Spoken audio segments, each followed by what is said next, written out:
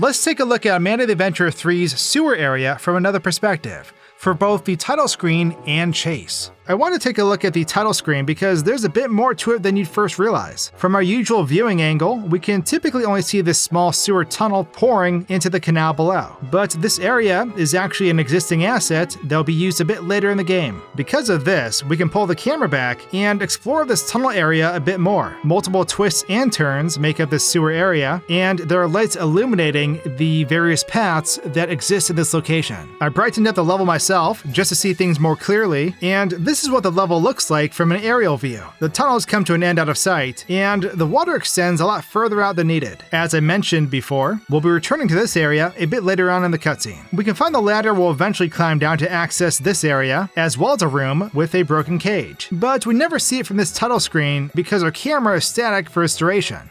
Now let's head into the sewer during regular gameplay. You usually just stumble through this area as the title card plays, but this time we're actually meant to be here. As you can see, this area is mostly the same as before, only this time we're entering from the ladder above.